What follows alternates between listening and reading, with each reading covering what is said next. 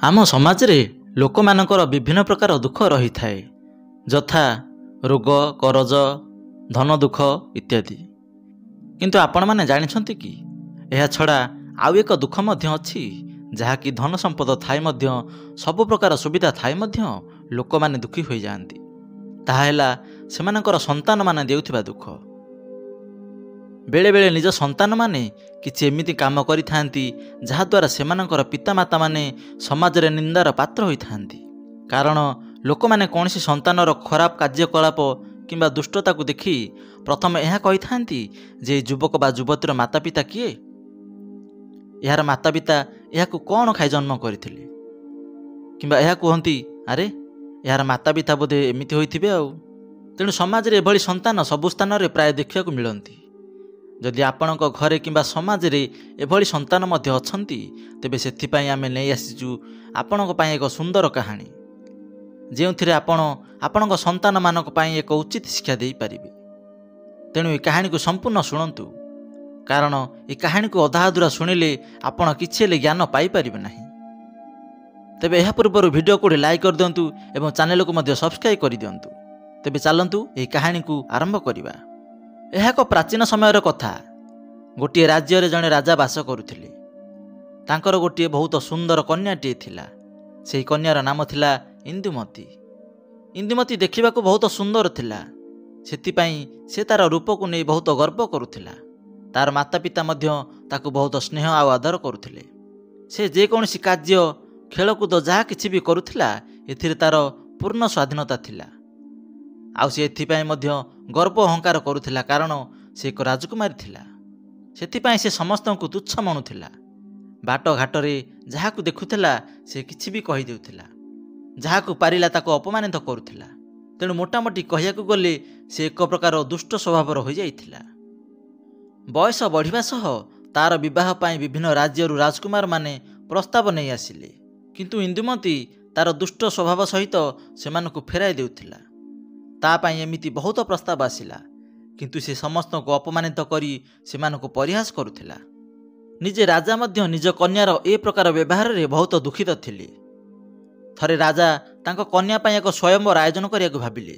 सेथिपई विभिन्न राज्यर राजा तथा राजकुमार माने आसी राजांको दरबार रे पहुंचिले। समस्त राजा तथा राजकुमार माने सेमानक आसन रे बसिथिया बेले सेही समय रे राजकुमारी इंदुमती सेमानक सखी मानक सहित आसी सेही स्वयंवर रे हाजर हेले। हाथ रे फूलमाला धरी से धीरे धीरे सभा मध्य को प्रवेश कले। इंदुमती मनरे निज सुंदरता को नहीं बहुत अहंकार थिला। समस्त राजकुमार को नजर पकाई से धीरे धीरे आग को बढ़िबा को लागिला। से जे कोनसी राजकुमार सामना रे पहुंचुथिला ताको किछि ना किछि बहाना करी ताकर थट्टा परिहास करुथिला आ पुणी आग को बढ़ुथिला। सभा मध्य रे राजकुमार मानकर अपमान जोगु सेमाने राज दरबार छाड़ी सेठारु चली जाबाक बाध्य हेउथिले। एहा परे राजकुमार इंदुमती एक मोटा राजकुमार पाखरे पहुंचिला। से मोटा राजकुमार मजा उड़ाई निज सखी मानक कहिला, देखलो सखी माने, ए महाशयकर शरीर को टिके देख, जेमिति कि केही गोटे धान बस्ता एठार रखी चली जाइछि।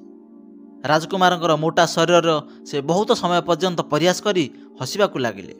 एहा परे सेही राजकुमार राजकुमारींकर कथारे लज्जित होई सेठारु चली गले। एहा परे राजकुमार इंदुमती आउ जणे राजकुमार पाखरे पहुंचिले। सेही राजकुमार देखिबाकू टिके डेंगा थिले। राजकुमारी तांकू मध्य विभिन्न कटु कथा कहिबाकू लागिले। कहिले, सखी माने देखुच, ए तो देखिबाकू गोटे खंब भली लागुछंती। याकू तो कौनसी द्वार मुहरे रखी ता उपरे मसाला जलाइबा कथा।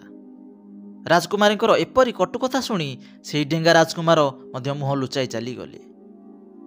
एहा परे आउ जणे राजकुमार थिले, जहांकर बहुत लंबा दाढ़ी थिला। ताकू देखि राजकुमारी बहुत जोर हसिला आ कहिला, आलो सखी, पिता तो दाढ़ी रखिथिबा बोद्दांकू मध्य आम स्वयंवर को डाकिछंती। ए तो मोर जोता को भी समान हेबो नाही, ए केमिति चली आसिला ए स्वयंवर को।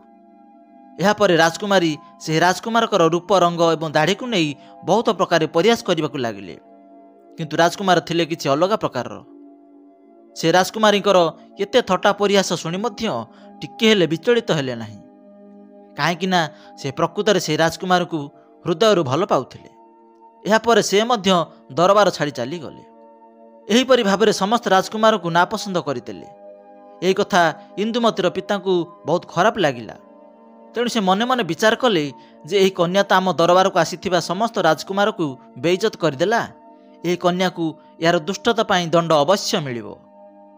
ତେଣୁ ଯେଉଁ ରାଜକୁମାରମାନେ ଫେରି ପଳାଉଥିଲେ ସେମାନଙ୍କୁ ସଭାରେ ଅଟକାଇ ପୁଣି ସେହି ସଭାରେ ଘୋଷଣା କଲେ ଯେ, ବନ୍ଧୁମାନେ, ମୁଁ ମୋ କନ୍ୟାର ଏହି ଦୁଷ୍ଟତା ପାଇଁ କ୍ଷମା ମାଗୁଛି।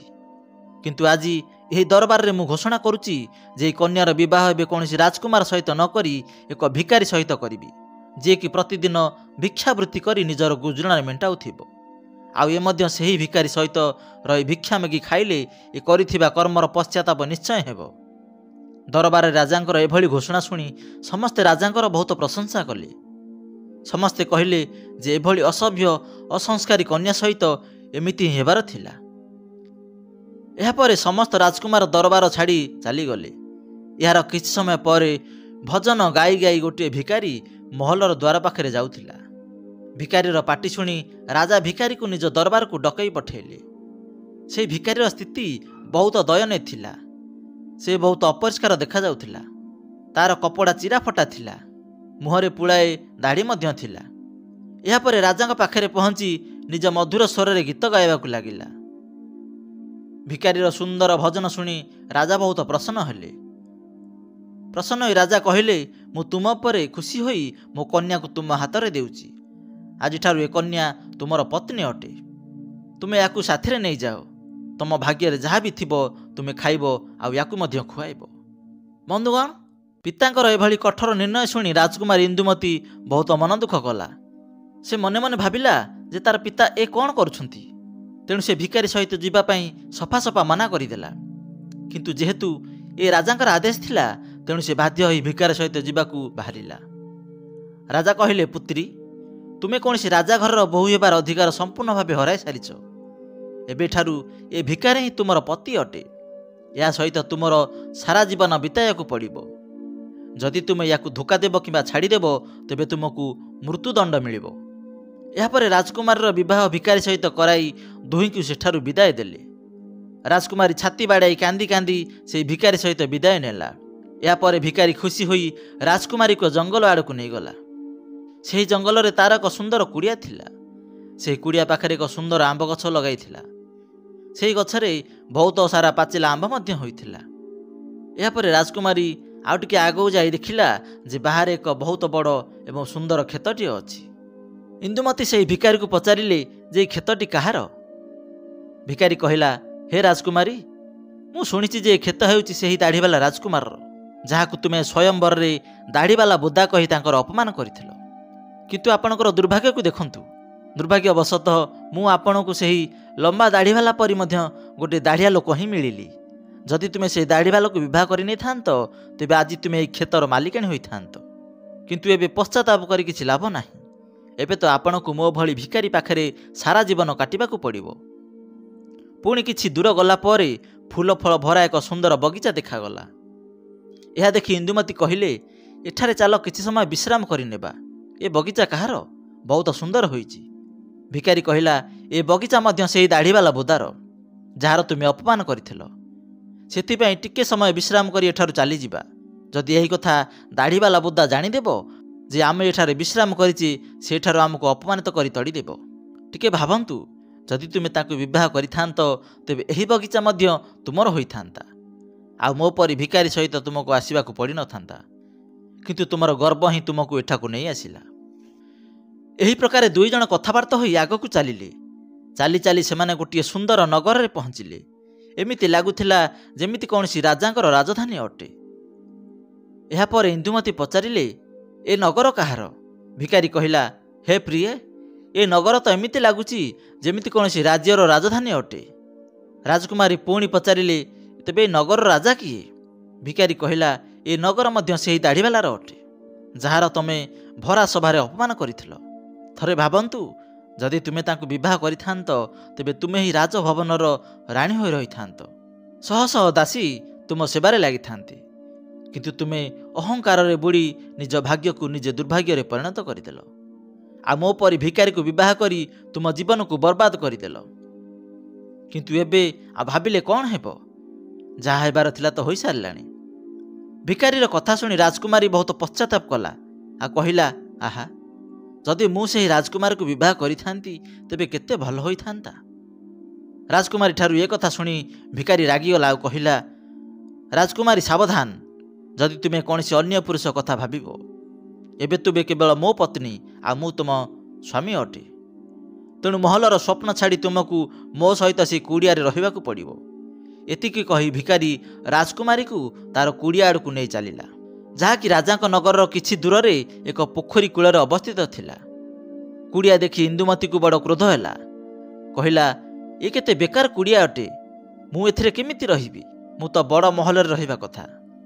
ରାଜକୁମାରୀର କଥା ଶୁଣି ଭିକାରୀ କହିଲା, ଆଜିଠାରୁ ଏହି କୁଡ଼ିଆ ହିଁ ତୁମର ନୂଆ ଘର ଅଟେ, ଆଉ ଏଥିରେ ତୁମକୁ ରହିବାକୁ ପଡ଼ିବ। ଇନ୍ଦୁମତୀ କହିଲା, ଏଠାରେ କାହିଁ? ତୁମର ତ କୌଣସି ଚାକର ବାକର ଦେଖାଯାଉନାହାନ୍ତି। ଏ କୁଡ଼ିଆର ସଫାସୁତୁରା କିଏ କରିବ? ଭିକାରୀ କହିଲା, ମୁଁ କୌଣସି ରାଜକୁମାର ନୁହେଁ କିମ୍ବା ରାଜାଙ୍କର କୌଣସି ବଡ଼ କର୍ମଚାରୀ ମଧ୍ୟ ନୁହେଁ। ମୁଁ ତ ନିଜେ ଗୋଟିଏ ଭିକାରୀ ଅଟେ। କୁଡ଼ିଆର ସବୁ କାମ ଏବେ ତୁମକୁ କରିବାକୁ ପଡ଼ିବ।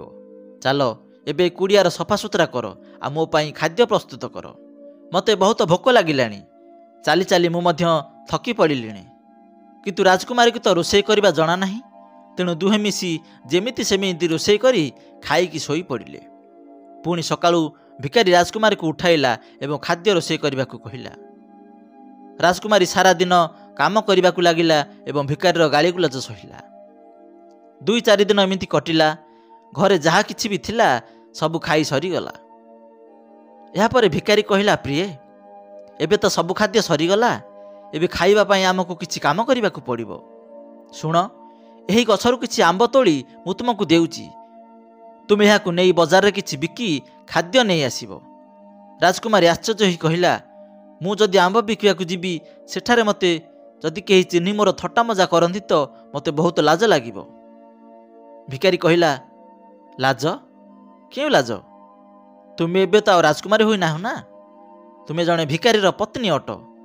ଲାଜ ତ ସେତେବେଳେ ଲାଗିଥାନ୍ତା ଯେତେବେଳେ ତୁମେ ସେହି ଦାଢ଼ିବାଲାର ପତ୍ନୀ ହୋଇଥାନ୍ତ ଆଉ ସେ ତୁମକୁ ବଜାରରେ ଆମ୍ବ ବିକିବାକୁ କହିଥାନ୍ତା। ଯଦି ଏତେ ଲାଜ ଲାଗୁଛି ତେବେ ଭୋକରେ ମର। ତେଣୁ ଭିକାରୀର କଥା ଶୁଣି ରାଜକୁମାରୀ ବାଧ୍ୟ ହୋଇ ଆମ୍ବ ନେଇ ବଜାରକୁ ବିକିବାକୁ ଗଲେ। ଏକ ରାସ୍ତା କଡ଼ରେ ସାରାଦିନ ବସି ଆମ୍ବ ବିକିବାକୁ ଲାଗିଲେ। ଧୀରେ ଧୀରେ ତାର ଆମ୍ବ ମଧ୍ୟ ବିକ୍ରି ହେବାରେ ଲାଗିଲା। କିନ୍ତୁ ଏହି ସମୟରେ ରାସ୍ତା କଡ଼ରେ ଭିଡ଼ ଦେଖି ଜଣେ ରାଜାଙ୍କର ସୈନ୍ୟ ଆସି ତାର ସବୁ ଆମ୍ବକୁ ଗୋଇଠା ମାରି ତଳେ ଢାଳିଦେଲା। ଏସବୁ ଦେଖି ରାଜକୁମାରୀ ବହୁତ ମନ ଦୁଃଖ କଲା। ଏସବୁ କଥା ସେ ଆସି ଭିକାରୀ ପତିକୁ କହିଲା। ଏହା ଶୁଣି ଭିକାରୀ କହିଲା, ତୁମ ଦ୍ୱାରା କୌଣସି କାମ ହେବ ନାହିଁ। ତୁମେ ଯଦି ରାସ୍ତା ବନ୍ଦ କରି ଫଳ ବିକିବ ତେବେ ଏମିତି ହିଁ ଅବସ୍ଥା ହେବ। ତୁମ ଦ୍ୱାରା ଏ କାମ ହେବ ନାହିଁ। ମୁଁ ଯାଉଛି ତୁମ ପାଇଁ ଆଉ କିଛି କାମ ଯୋଗାଡ଼ କରିବା ପାଇଁ। ଖୁବ୍ ଶୀଘ୍ର ଭିକାରୀ ଯାଇ ରାଜାଙ୍କ ଜଣେ ବଡ଼ ଅଧିକାରୀ ଘରେ ରୋଷେଇ କରିବା ପାଇଁ ବୁଝି ଆସିଲା। ରାଜକୁମାରୀକୁ କହିଲା, ମୁଁ ତୁମ ପାଇଁ ରୋଷେଇ କରିବା ପାଇଁ କାମ ବୁଝି ଆସିଛି। ତୁମେ ଯାଇ ସେଠାରେ ଅନ୍ୟ ରୋଷେଇଆଙ୍କ ସହିତ ମିଶି ରୋଷେଇ କରିବ ଆଉ ସେଠାରୁ ଆମ ଘରକୁ ଖାଦ୍ୟ ମଧ୍ୟ ନେଇ ଆସିବ। ଏହାପରେ ଅହଙ୍କାରୀ ରାଜକୁମାରୀ ଯାଇ ରାଜାଙ୍କ ଅଧିକାରୀଙ୍କ ଘରେ ରୋଷେଇ କାର୍ଯ୍ୟରେ ସାହାଯ୍ୟ କଲା। ସେଠାରେ ସାରାଦିନ କାର୍ଯ୍ୟ କରି ବଳୁଥିବା ଖାଦ୍ୟ ନିଜ ଘରକୁ ନେଇ ଆସିଲା। ଏହି ପ୍ରକାରରେ 2 ଜଣଙ୍କ ଜୀବନ ଟିକେ ଆରାମରେ ଚଳିଲା। ଗୋଟିଏ ଦିନର କଥା, ଇନ୍ଦୁମତୀ ରୋଷେଇ କରୁଥିବା ବେଳେ ଝରକାରେ ଯାଇ ଦେଖିଲା ଯେ ରାଜାଙ୍କ ମହଲରେ କିଛି ଉତ୍ସବ ହେବାର ଥିଲା। ସେଥିପାଇଁ ପୁରା ରାଜମହଲ ସଜା ହୋଇଥିଲା। ବଡ଼ ବଡ଼ ବନ୍ଧୁବାନ୍ଧବ ସେଠାକୁ ଆସିବାର ଥିଲା। ବଡ଼ ବଡ଼ ଚାକର ବାକର ସେମାନଙ୍କର ସ୍ୱାଗତ କରୁଥିଲେ। ମହଲର ଧୁମଧାମ ଖୁସି ପର୍ବ ଦେଖି ନିଜ ଭାଗ୍ୟକୁ ନିନ୍ଦିଲା ଏହି ରାଜକୁମାରୀ ଆଉ କାନ୍ଦିବାକୁ ଲାଗିଲା। ଭାବିଲା, ଯଦି ମୁଁ ଏତେ ଗର୍ବୀ ହୋଇନଥାନ୍ତି ତେବେ ମୋତେ ଆଜି ଏ ଦିନ ଦେଖିବାକୁ ପଡ଼ିନଥାନ୍ତା। ସେ ଏସବୁ କଥା ଠିଆ ହୋଇ ଭାବୁଥିଲା। ଏହି ସମୟରେ 2 ଜଣ ଦାସୀ ତା ପାଖକୁ ଆସିଲେ ଆଉ କିଛି ଖାଦ୍ୟ ଜିନିଷ ତାର ପାତ୍ରରେ ରଖି ଚାଲିଗଲେ। ଏହାପରେ ରାଜକୁମାରୀ ସେ ପାତ୍ରକୁ ନେଇ ନିଜ ଘରକୁ ଯାଉଥିବା ବେଳେ ମହଲର ଦ୍ୱାର ମୁହଁରେ ରାଜବେଶରେ ସଜ୍ଜିତ ହୋଇଥିବା ଏକ ଯୁବକ ଆସି ତାଙ୍କୁ ଅଟକାଇଲା। ଦେଖିବାକୁ ସେ ସେଠାକାର ରାଜା ମହାରାଜା ଭଳି ଲାଗୁଥିଲା। ରାଜକୁମାରୀ ତାଙ୍କ ଚେହେରାକୁ ଦେଖି ଡରିବାକୁ ଲାଗିଲେ, କାହିଁକି ନା ଏ ଥିଲା ସେହି ଦାଢ଼ିବାଲା ଯାହାକୁ ରାଜକୁମାରୀ ଦାଢ଼ିବାଲା ବୁଦା କହି ଅପମାନ କରିଥିଲେ। କିନ୍ତୁ ରାଜା ରାଜକୁମାରୀଙ୍କୁ କିଛି ହେଲେ କହିଲେ ନାହିଁ। ସେ ରାଜକୁମାରୀଙ୍କ ହାତ ଧରି ନେଇ ଦରବାରରେ ପହଞ୍ଚିଲେ, ଯେଉଁଠାରେ ତାଙ୍କର ସମସ୍ତ ବନ୍ଧୁବାନ୍ଧବ ଲୋକମାନେ ବସିଥିଲେ। ସେଠାକାର ଭବ୍ୟତାକୁ ଦେଖି ରାଜକୁମାରୀ ଡରି ଥରିବାକୁ ଲାଗିଲେ। ତାଙ୍କ ହାତରୁ ଖାଦ୍ୟ ପାତ୍ର ତଳେ ପଡ଼ିଗଲା। ଏହାପରେ ରାଜକୁମାରୀ ବହୁତ ଉଦାସ ହୋଇଗଲେ। ଏହା ସବୁ ଦେଖି ସମସ୍ତେ ହସିବାକୁ ଲାଗିଲେ। ତାଙ୍କୁ ଏମିତି ଲାଗୁଥିଲା ଯେମିତି ପୃଥିବୀ ଫାଟିଯାଆନ୍ତା ଆଉ ମୁଁ ସେଇ ଭିତରେ ପଶିଯାଆନ୍ତି। ତେଣୁ ସେ ରାଜାଙ୍କ ଠାରୁ ନିଜ ହାତକୁ ଦୂର କରି ସେଠାରୁ ଦୌଡ଼ି ଯିବା ପାଇଁ ବାହାରିଲେ। କିନ୍ତୁ ରାଜା ତାଙ୍କୁ ଅଟକାଇ କହିଲେ, ରାଜକୁମାରୀ, ବ୍ୟସ୍ତ ହେବାର କୌଣସି କାରଣ ନାହିଁ। ଏଠାରେ ତୁମ ସହିତ କୌଣସି ଅଭଦ୍ରତାର ବ୍ୟବହାର କରାଯିବ ନାହିଁ।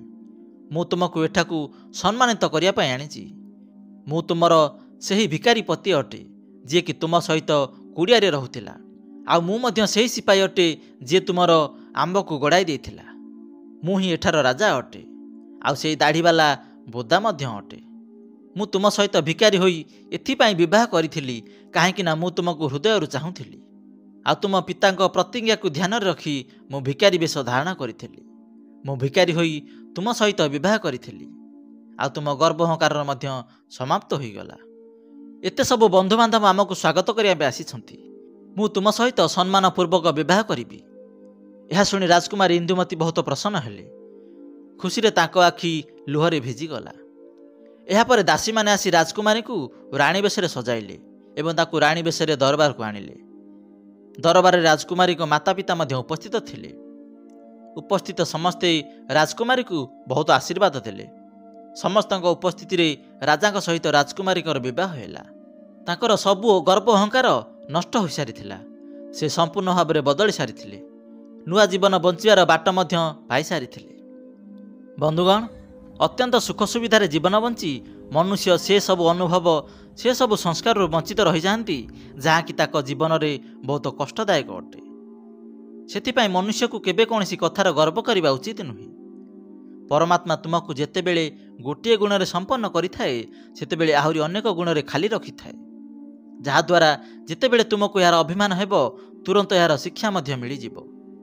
ଏହି ପ୍ରକାରରେ ରାଜକୁମାରୀ ସେହି ଦାଢ଼ିବାଲା ସହିତ ଅତ୍ୟନ୍ତ ଆନନ୍ଦରେ ଜୀବନ ଅତିବାହିତ କରିବାକୁ ଲାଗିଲେ।